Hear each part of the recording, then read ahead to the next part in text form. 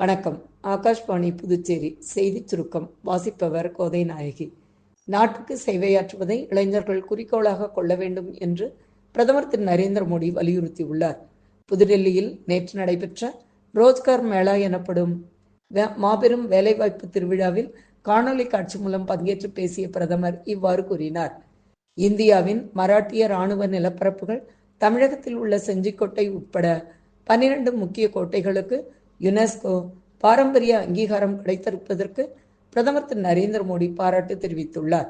இது குறித்து அவர் வெளியிட்டுள்ள சமூக வலைதள பதிவில், இதில் 11 கோட்டைகள் மகாராஷ்டிராவிலும் 1 கோட்டை தமிழ்நாட்டிலும் இருப்பதை அவர் சுட்டிக்காட்டியுள்ளார்.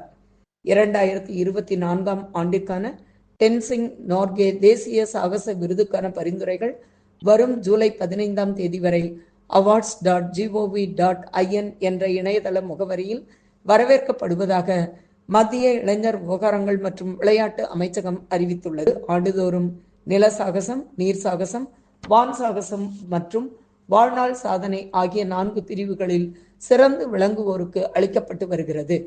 மத்திய வெளியுறவுத்துறை அமைச்சர் டாக்டர் ஜெய்சங்கர் 3 நாள் அரசுமுறை பயணமாக இன்று சிங்கப்பூர் மற்றும் சீனாவிற்கு பயணம் மேற்கொள்கிறார்.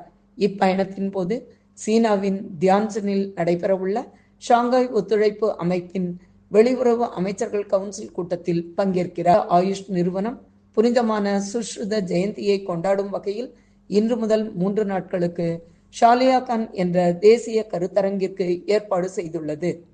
புதுச்சேரி ஜிப்மர் MBBS சேர்க்கைக்கான MCC கலந்தாய்வு அட்டவணை நேற்று வெளியிடப்பட்டுள்ளது. அதன்படி ஜிப்மரில் உள்ள MBBS இடங்களுக்கான கலந்தாய்வுக்கு வரும் 21ஆம் தேதி முதல் MCC இணையதளத்தில் மாணவர்கள் விண்ணப்பிக்கலாம் என்று ஜிப்மர் நிர்வாகம் அறிவித்துள்ளது.